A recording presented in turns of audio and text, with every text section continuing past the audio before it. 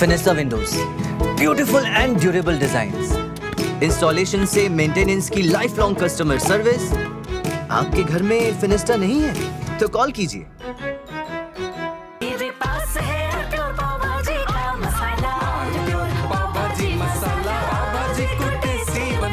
सबका राजा आल प्योर मसाला। अब छोलिया हो या लोबिया, सफेद चने या काले चने, सब कुछ मजेदार बने। नमस्कार, मैं हूं पुष्कर चौहान और आप देख रहे हैं बड़ी खबर। बड़ी खबर में बात नेपाल में से उठे विद्रोह पर यूपी में अलर्ट है। यूपी के सीमावर्ती कहे इंडो नेपाल बॉर्डर पर काफ़ी एहतियात बरती जा रही है। महाराजगंज हो, लखीमपुर से लगा, पीलीभीत से लगा बनबसा बॉर्डर हो, इन सब जगह काफ़ी एहतियात बरती जा रही है। हाई अलर्ट है, चौकन्ना रखा गया है 3 टियर सिक्योरिटी को, बीएसएफ से लेके एसएसबी से लेके पुलिस तक। सोमवार से शुरू हुए इस विद्रोह आंदोलन जो सोशल साइट्स बैन के नाम पर हुआ विद्रोह, उसमें कई लोगों की अब तक 20 से ज़्यादा लोगों की जान जा चुकी है और आज भी कई जेल तोड़कर कैदी फरार हुए हैं। कल भी कई नेताओं को तस्वीरें देखी गई थीं कि दौड़ा दौड़ा कर पीटा गया नेपाल में मचे इस कोहराम पर उत्तर प्रदेश के लगे इलाकों में क्या हाल है, इसका जायजा हमारे संवाददाताओं ने लिया है। वो हम बाद में आपको रिपोर्ट दिखाएंगे, चाहे वो लखीमपुर से हो, श्रावस्ती से हो, महाराजगंज से हो। लेकिन अभी एक रिपोर्ट देखिए कि ओवरऑल यूपी में जो हाई अलर्ट है उसके लिए क्या क्या किया जा रहा है।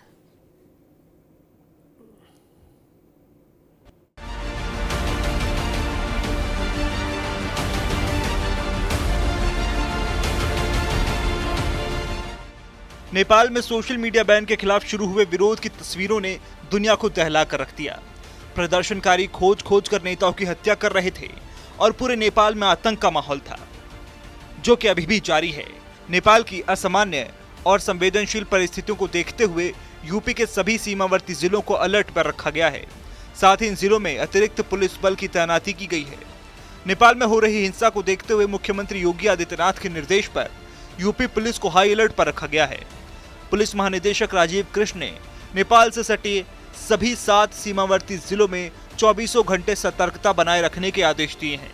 इसी के साथ सुरक्षा व्यवस्था को मजबूत करने के लिए सभी सीमावर्ती जिलों में अतिरिक्त पुलिस बल तैनात किया गया है। साथ ही गश्त और निगरानी बढ़ाई गई है ताकि किसी भी आपात स्थिति से तुरंत निपटा जा सके। यूपी के जिन जिलों को अलर्ट पर रखा गया है उनमें पीलीभीत, लखीमपुर, बहराइच, श्रावस्ती, बलरामपुर, सिद्धार्थनगर और महाराजगंज शामिल हैं। देखिए, जो हमारा रेगुलेटेड बॉर्डर है गौरीफंटा, लखीमपुर और नेपाल के बॉर्डर पे जो स्थित है, वहाँ हमने कल भ्रमण किया। उसमें पुलिस प्रशासन, कप्तान साहब और एसएसबी के कमांडेंट और जो तहसील प्रशासन है, एसडीएम, सीओ, वो सब उपस्थित थे और वहाँ पर स्थिति पूरी तरह नियंत्रण में है। आज सुबह से मूवमेंट भी स्टार्ट कर दिया गया है। जो हमारे लोग इंडियंस नेपाल गए हुए थे और किसी कारणवश वापस नहीं आए थे, कल भी दिन भर मूवमेंट चला, शाम 8 बजे तक चला। कल लगभग 1000 लोग लौटे और आज अभी तक 100 लोग लौट चुके हैं। गाड़ियों का भी मूवमेंट चल रहा है। जो गाड़ियां यहाँ की हैं वो यहाँ लौट रही हैं, जो नेपाल की हैं उनको भी यहाँ से वापस भेजा जा रहा है। साथ ही में चौकसी बरतने के सख्त निर्देश दे दिए गए हैं। किसी भी इलीगल एक्टिविटी को पनपने नहीं दिया जाएगा और एक 24 घंटे का हमने कंट्रोल रूम स्थापित किया है जिसका नंबर है 9454416588 और सभी जगह आमजन मानस को सूचित किया जा रहा है कि यदि कोई भी भारतीय नागरिक नेपाल में फंसा हुआ है तो तुरंत इस नंबर पर संपर्क करें। हम उनको मदद पहुंचाएंगे और त्वरित कार्रवाई करेंगे। उनको जल्द से जल्द यहाँ लेकर के आया जाएगा। हाँ, अभी प्रॉपर मूवमेंट हो रहा है। व्हीकल्स पे थोड़ा बहुत रिस्ट्रिक्शन है, व्हीकल्स का मूवमेंट नहीं है। जो सिर्फ जो व्हीकल्स यहाँ से वहाँ गई हुई थी पहले से, उनको वापस आने की अनुमति दी जा रही है और जो यहाँ नेपाली व्हीकल्स पहले से आई नहीं थी उनको वापस जाने की अनुमति दी जा रही है। बाकी फोकस हमारा इंडियंस और नेपालीज पे है कि इंडियन लोग वापस आ सकें और नेपालीज लोग अपने घर वापस जा सकें। नेपाल में फंसे भारतीय नागरिकों की सहायता के लिए पुलिस मुख्यालय लखनऊ में कानून व्यवस्था शाखा के अधीन विशेष कंट्रोल रूम स्थापित किया गया है।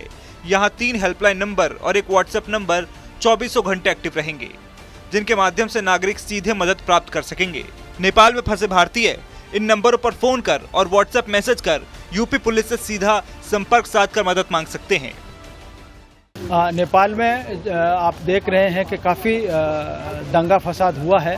कल आगजनी की भी घटनाएं हुई हैं, कल वहाँ लूटपाट भी हुआ है नेपाल में, जिसको देखते हुए एसएसबी ने अपनी फोर्स स्ट्रेंथ बढ़ा दी है, पुलिस ने भी अपनी स्ट्रेंथ बढ़ा दी है।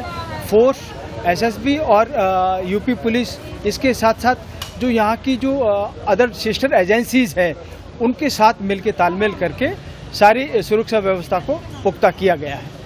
पर क्या स्ट्रेंथ भी बढ़ाई गई है, जो नॉर्मल स्ट्रेंथ होती है बॉर्डर पे? यस, नॉर्मल से स्ट्रेंथ काफ़ी बढ़ा दी गई है, जिसमें पेट्रोलिंग बढ़ा दी है, चाहे वो फूड पेट्रोलिंग है, चाहे व्हीकल पेट्रोलिंग है, नाका पॉइंट बढ़ा दिए गए हैं और हर आने जाने वाले को चेकिंग और फ्रिस्किंग करके ही आने जाने दिया जा रहा है। सामान की पूरी तरीके से चेकिंग फ्रिस्किंग की जा रही है। पर नेपाल प्रशासन और वहाँ की जो फोर्सेज हैं उनसे भी समन्वय स्थापित करके कुछ किया जा रहा है? यस, बिल्कुल। एपीएफ नेपाल से हमारा कांटेक्ट है, उनसे टच में है और वो भी हमें किसी तरह की कोई इन्फॉर्मेशन है तो उन्हीं के द्वारा ही मिलती है हम, और उस अकॉर्डिंगली हम हमारा सिक्योरिटी स्टेप अपग्रेड करते हैं। सर, आने जाने वालों के लिए क्या कुछ निर्देश आप लोगों की तरफ से दिए जा रहे हैं? आने जाने वालों को हम यही सलाह देंगे कि यदि जरूरी नहीं है तो अननेसेसरी मूवमेंट नहीं करें, लेकिन जो जाना चाह रहे हैं, चाहे हिंदुस्तानी नागरिक नेपाल में जाना चाह रहे हैं, चाहे नेपाली नागरिक हिंदुस्तान में आना चाह रहे हैं, उनको चेकिंग और फ्रिस्किंग करके आने जाने दिया जा रहा है। लेकिन चेकिंग जरूरी है। हम बहुत ज़्यादा सजगता बरत रहे हैं। हालांकि हमारा सजगता हमेशा रहती है, लेकिन आज हमने कुछ सिक्योरिटी लेयर और बढ़ा दी। इसके अलावा पुलिस मुख्यालय की सोशल मीडिया इकाई को निर्देशित किया गया है कि नेपाल से संबंधित किसी भी संवेदनशील सूचना अथवा पोस्ट की सतत निगरानी की जाए और आवश्यकता पड़ने पर तत्काल कार्रवाई की जाए। भारत सरकार ने भी नेपाल में मौजूद भारतीयों के लिए एक एडवाइजरी जारी की है। विदेश मंत्रालय की तरफ से कहा गया है कि नेपाल के बदलते हालात को देखते हुए भारतीय नागरिकों को सलाह दी जाती है कि जब तक सामान्य स्थिति नहीं हो जाती वहां ना जाएं। इसके साथ ही जो भारतीय इस समय नेपाल में मौजूद हैं उन्हें सलाह दी जाती है कि अपने वर्तमान निवास स्थान पर ही रहें, सड़कों पर निकलने से बचें और सावधानी बरतें।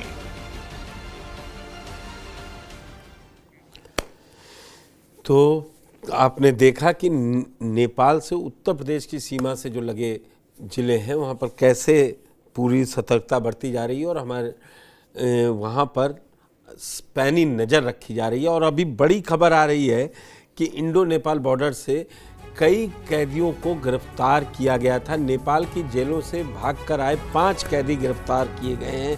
एसएसबी ने भारत नेपाल सीमा से की गिरफ्तारी की है।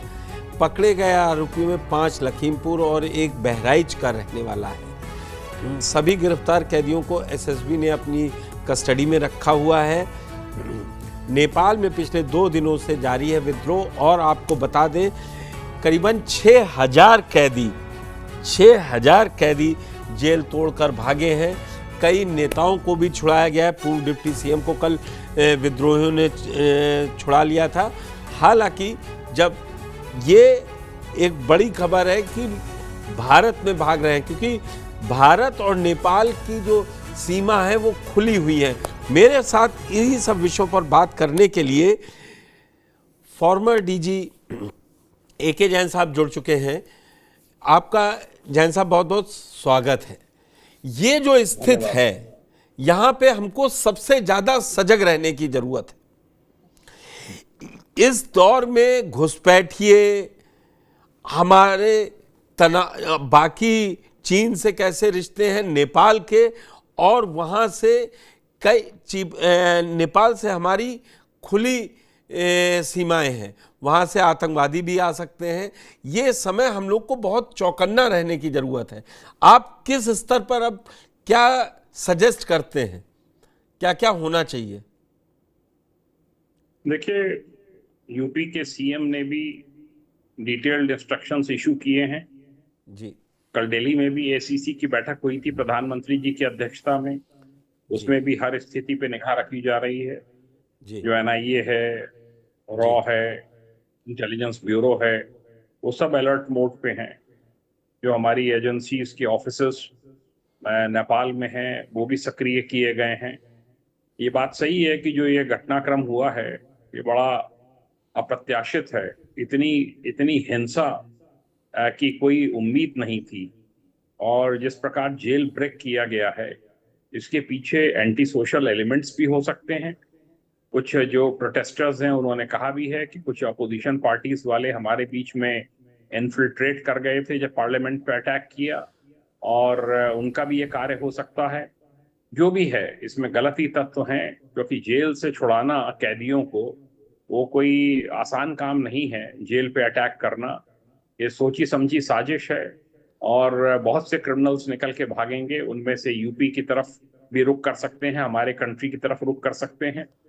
देखिए नेपाल में जो बॉर्डर एरियाज बड़े सेंसिटिव हैं। यहाँ पर बहुत से पाकिस्तानी, बांग्लादेशी, रोहिंग्या ये बसे हुए हैं। वहाँ मदरसे चला रहे हैं, मस्जिदें वहाँ पे खुली हुई हैं, और जो फेक करेंसी का बहुत बड़ा एक जरिया है वहाँ से यूपी लाने का। जब मैं एटीएस देखता था तो हमने बड़ी रिकवरीज की थी फेक करेंसी की, जो नेपाल से लाने का प्रयास होता है, उसमें एक्शन लिए गए थे। तो हर तरफ से चौकन्ना रहने की आवश्यकता है। क्रिमिनल्स भी आ सकते हैं, कोई घटना भी हो सकती है, और टेररिस्ट, जैसा आपने सही कहा, टेररिस्ट भी इस आड़ में घुस सकते हैं। पहले से ही बिहार का चुनाव इस समय डिक्लेयर्ड है। बिहार के चुनाव के दौरान वहां पर आकर वहां पर गड़बड़ी फैला सकते हैं। तो बहुत चौकन्ना रहने की जरूरत है। पीछे खबर भी आई थी कि 3 टेररिस्ट एंटर किए हैं और नेपाल में, बिहार में, नेपाल की साइड से, और उनको तलाशा भी जा रहा है, उनके स्केच वगैरह भी जारी हुए हैं। एक दशक से अगर कहें, जैन साहब बीच में टोक रहा हूं थोड़ा, पिछले एक दशक से कहें बहुत ज्यादा मतलब राजनीतिक तौर पर उथल पुथल रही है नेपाल में, और इसी कारण आप तो ऐसी फोर्स में रहे और बिल्कुल सीमावर्ती, आपको मालूम है नेपाल एक तरीके से आराम गृह बन गया था आतंकियों के लिए। यहां से भी कोई आतंकी भागता था, नेपाल निकल जाता था। दिलशाद मिर्जा जैसे लोगों का नाम मतलब लिस्ट में है। क्या इस समय चौकन्ने के साथ साथ हमको मतलब क्या भारत को कहीं क्लू नहीं मिल पाया कि इतनी बड़ी म्यूटिनी हो रही है? ये एक बड़ा, जैसा आपने खुद ही कहा कि अंदाजा ही नहीं लगा। और एक सोशल साइट्स, क्या सिर्फ, मुझे एक सवाल आपसे सीधा ये है, क्या चाइना का कोई हाथ हो सकता है? क्योंकि चाइना ने अभी तक कोई प्रतिक्रिया नहीं दी है, आपने देखा होगा। देखिए, चाइना कभी प्रतिक्रिया नहीं देता है, वो साइलेंटली सब चीजों को ऑब्जर्व करता रहता है। बहुत सोच समझ के उनकी फॉरेन मिनिस्ट्री का बयान आएगा। आपको पता है जो केपी शर्मा ओली थे, इनको सपोर्ट था पूरा चाइना का, प्रो चाइना भाई, अभी वो तो SCO, बहुत प्रो चाइना थे। अभी SCO समिट के बाद जो वहाँ पे मिलिट्री परेड हुई है, जो एक शोकेस किया गया है वहाँ की मिलिट्री स्ट्रेंथ को, उसमें ओली शामिल थे।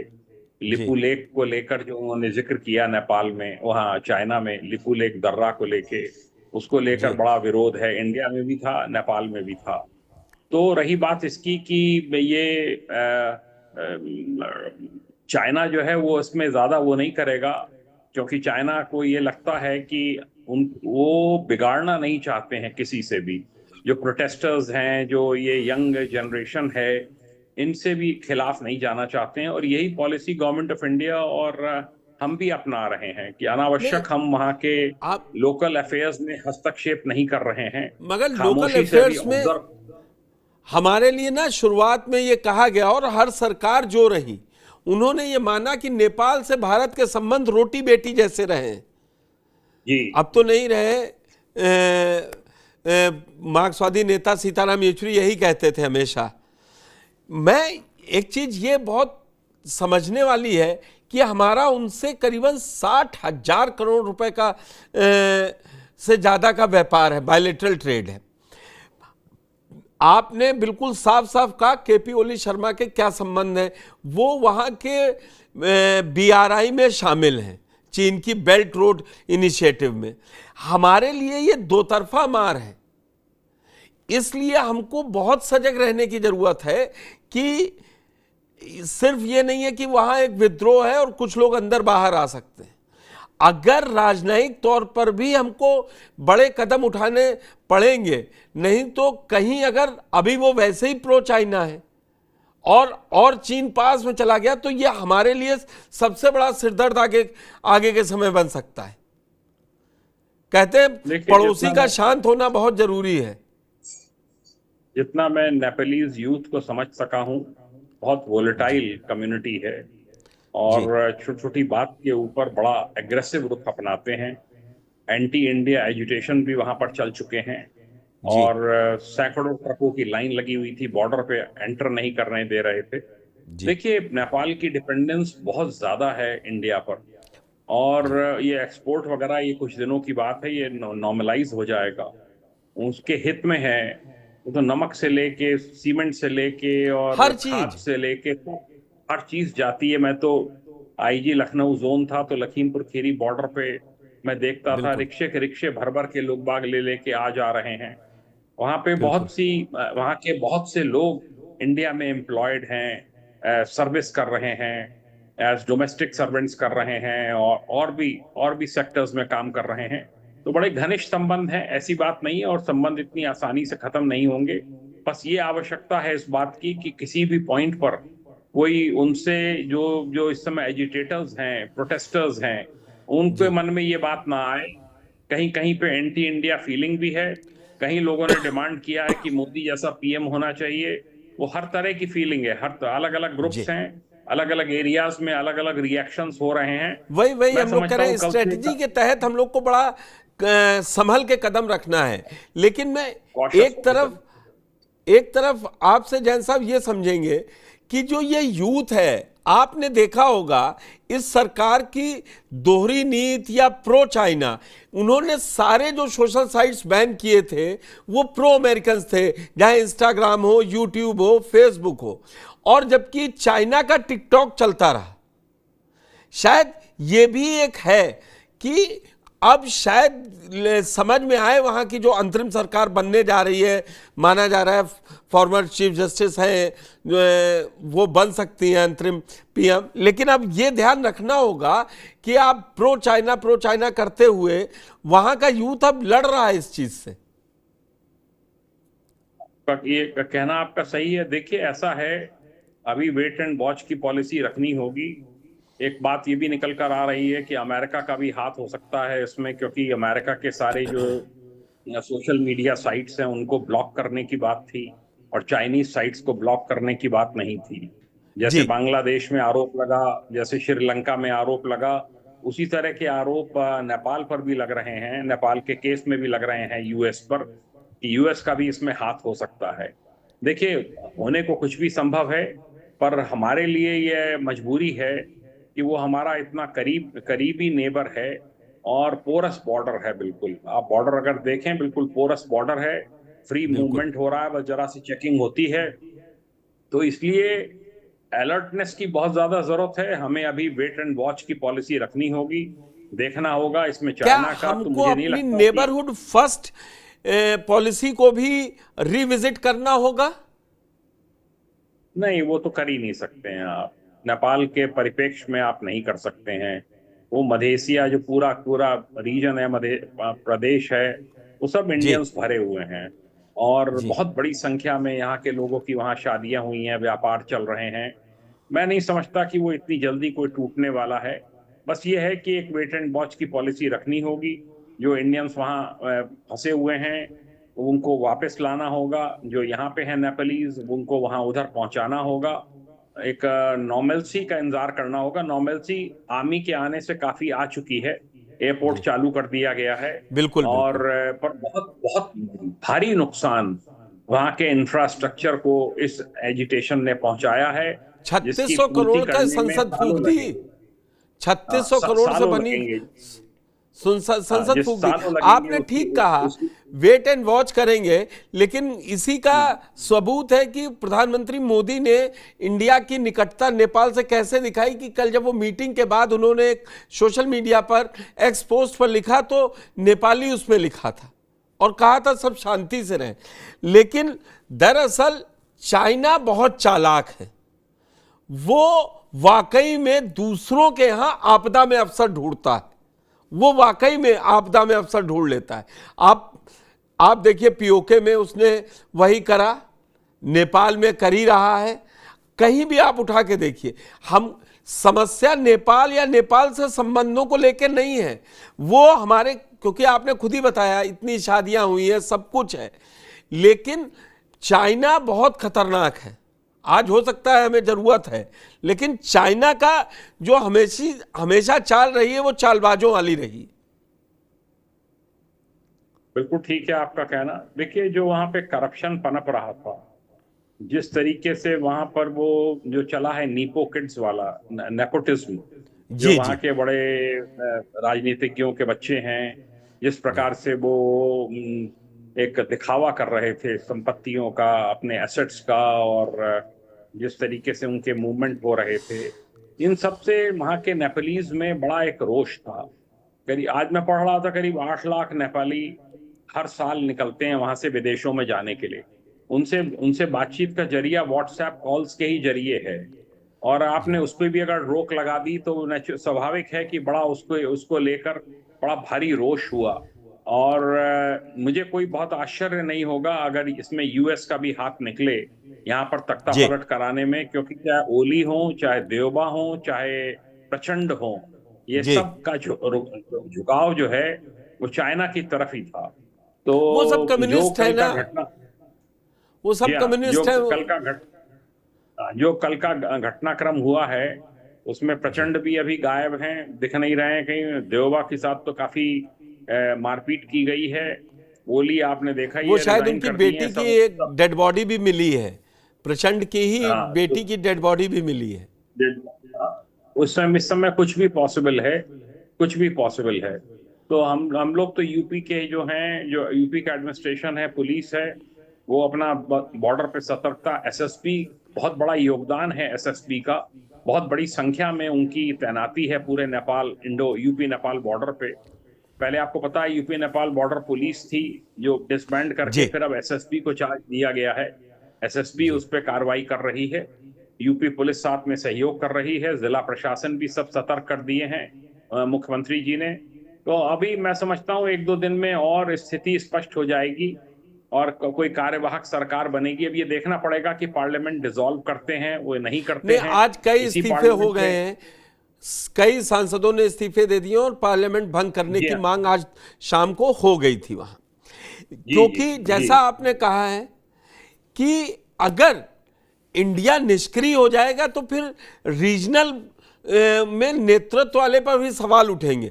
भारत को एक मजबूत पड़ोसी के साथ साथ एक मजबूत देश भी दिखना पड़ेगा, और यहां पर राजनीति भी अंदर अंदर शुरू हो गई है, जो अपने यहां सियासत चलती है। जैन साहब देखिए, मैं आपको बताऊं, ये तो नेपालीज आरोपी लगाते हैं कि नेपालीज के इंटरनल अफेयर्स में इंडिया का बड़ा दखल है और इंडिया सेंट्रिक डिसीजंस लिए जाते हैं। हमारी रॉ है और एजेंसीज हैं वो वहाँ बहुत सक्रिय हैं, और सक्रियता ये लगातार बनी रहेगी, हर स्थिति पे निगाह रखी जा रही है। मैं नहीं समझता कि नेपालीज ऐसे लोग हैं जो आसानी से चाइना के चंगुल में आ जाएंगे। वहाँ बस आप बिल्कुल सही कह रहे हैं। सबसे बड़ी यूथ है। आपने जैन साहब बिल्कुल बुल्स आई पे हिट किया है कि चाइनीज अगर चक्कर में फंस गए तो इंडिया के लिए बड़ा नुकसानदायक है ये। जी, वो आएंगे नहीं, मुझे मालूम है। देखिए, वो नेपाली यूथ जो है बड़ा वोलेटाइल है, बड़ा स्वतंत्र टाइप का है, और जरा सा उसको अपने राइट्स के ऊपर कोई आघात दिखता है तो तुरंत रिबेल करता है। उसी का नतीजा है जो कल इतना जबरदस्त विद्रोह हुआ है। गोरखा राइफल्स करके हमारी सेना में है लोग, गोरखालीज हैं हमारी सेना में भी नेपाली काम कर रहे हैं, तो हम लोग तो बहुत ही क्लोज उनके साथ हैं। बिल्कुल ठीक इसीलिए कह रहे हैं आप, बिल्कुल ठीक है। जैन साहब, आपसे बातचीत हुई और आपने अपना जो साझा किया अनुभव और उसके साथ जो सचेत रहने की बात कही, उसके लिए बहुत बहुत धन्यवाद। तो अभी धन्यवाद। आपने देखा कि बॉर्डर हमारे खुले हैं और इतना पोरस टाइप का जो वर्ड यूज किया जैन साहब ने, वही है हमारे बॉर्डर्स उनसे इतने मिले हुए हैं कि समझ में, खुले हुए बॉर्डर हैं, कुछ भी हो सकता है, तो सचेत रहना है। Fenesta windows, beautiful and durable designs, installation से मेंटेनेंस की लाइफ लॉन्ग कस्टमर सर्विस। आपके घर में फिनिस्टा नहीं है तो कॉल कीजिए। थोड़े में ज्यादा स्वाद, यही तो है इसकी खास बात। वाओ मामा, क्या स्वाद है। अरे मेरे राजा, ये है सीक्रेट रेसिपी MDH का जीरा सिर्फ जलजीरा मसाला।